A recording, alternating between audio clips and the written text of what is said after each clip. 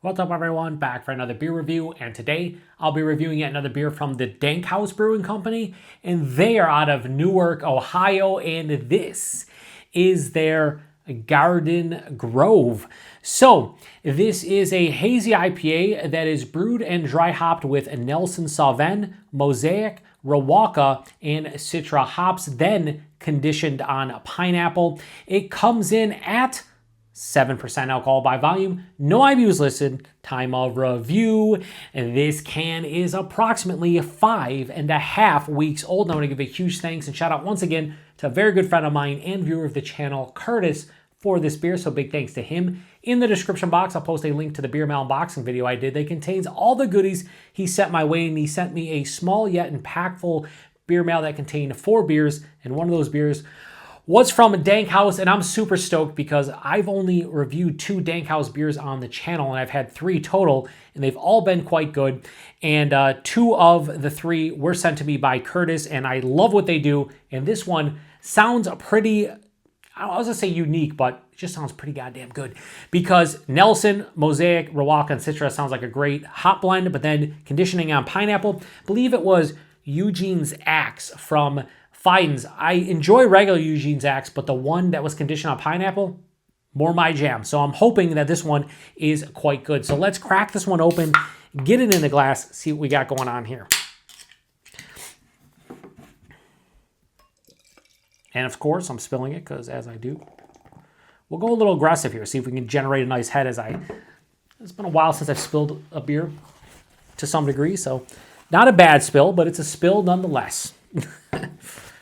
It's the Beer Patrol, baby. That's what you're here for.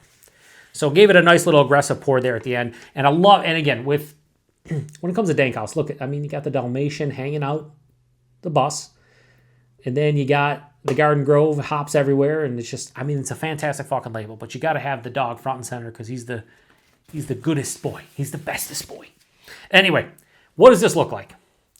Well, it looks like some people say, turkey gravy, chicken gravy. Now, I've never really heard chicken gravy, but turkey gravy, yeah.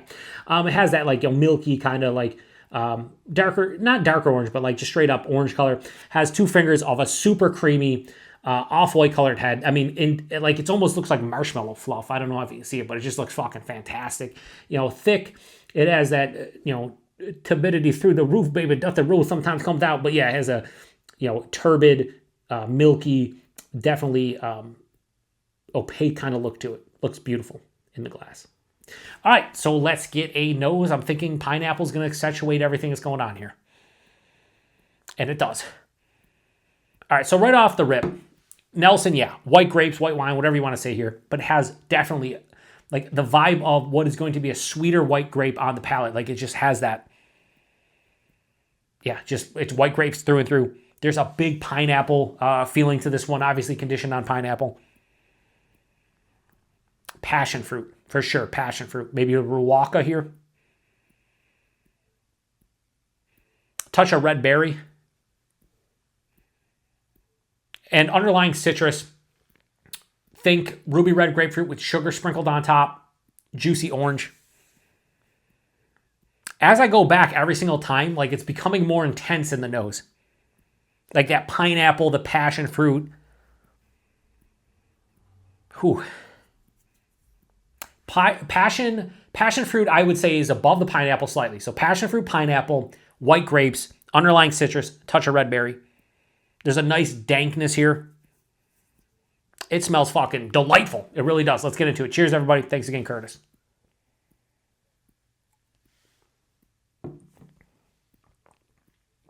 Yeah, it's fucking great.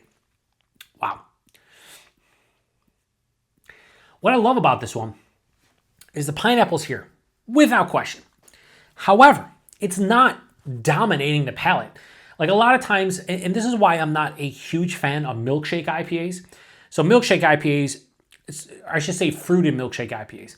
Fruited milkshake IPAs are usually they take a base beer, but then they either throw lactose and or vanilla in it. So it's usually lactose based, but some places like Beer Tree just do straight vanilla and they're lactose free.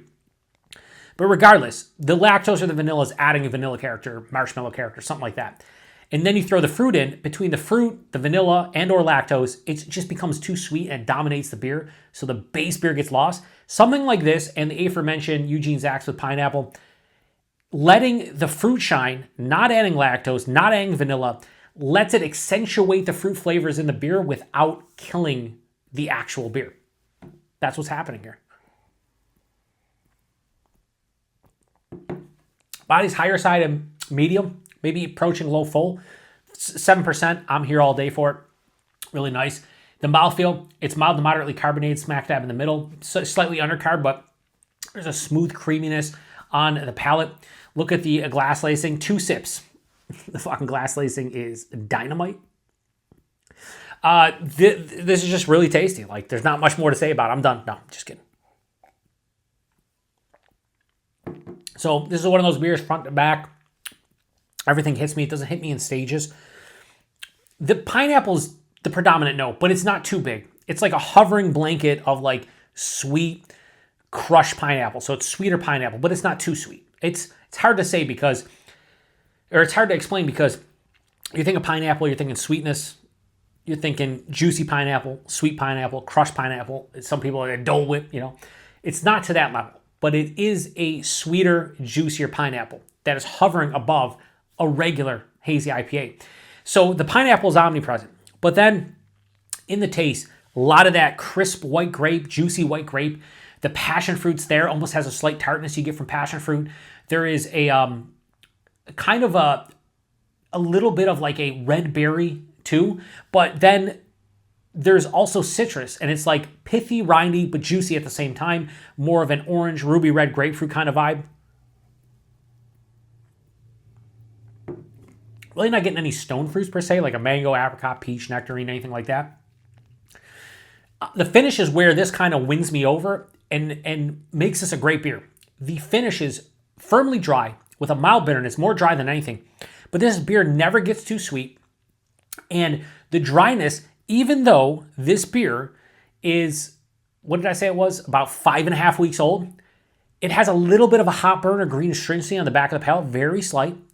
I believe that, I'm pretty sure that Curtis, you can correct me if I'm wrong. I'm fucking so old. Him and I talk all the time and I still don't remember, but I think he said this is one of the beers he had like a day or two old. It was definitely like under a couple weeks old.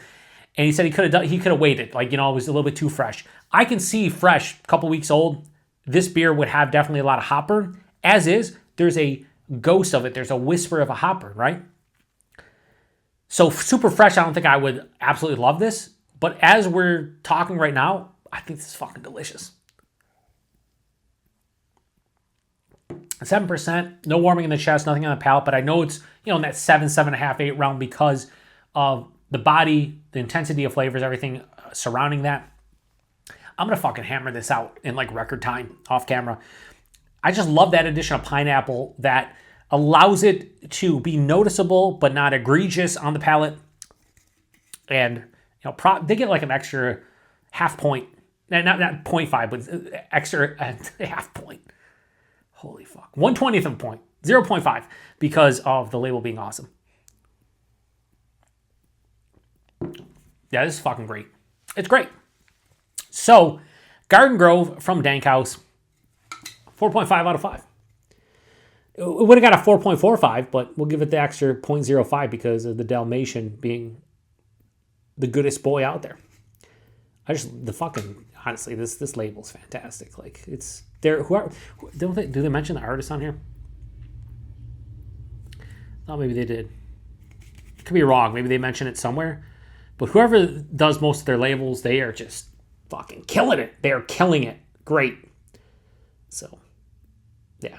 Anyway, price point availability. I think Curtis said for basically the entire beer mail, he's like, you know, is it bad that I don't look at price a lot of times?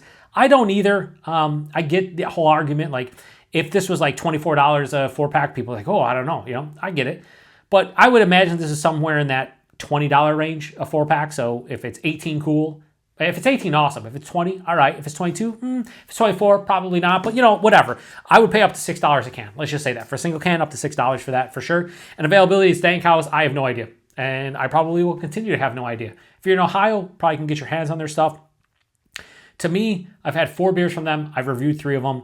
They are one of the better Ohio beers I've had, or better Ohio breweries beers. This is definitely a great beer, but one of the better Ohio breweries when it comes to hop forward beers. I still haven't had any Clegg stuff. Anybody got any leads on Clegg? Let me know. I would love to try them. I know a very good friend of mine, viewer of the channel, sometimes, not as much anymore, Jeff, aka No Jinx, he drinks a lot of Clegg. I want to see what Clegg's all about because I think they're up there. Obviously, Fatheads being one of those shelfy breweries that just kills it with West Coast IPAs, they're up there. Reviewed the Crooked Pecker beer, the first one, very good. I've always liked Hoof-Hearted stuff. Masthead is good. There's a lot of great breweries in Ohio kicking out hazy beer.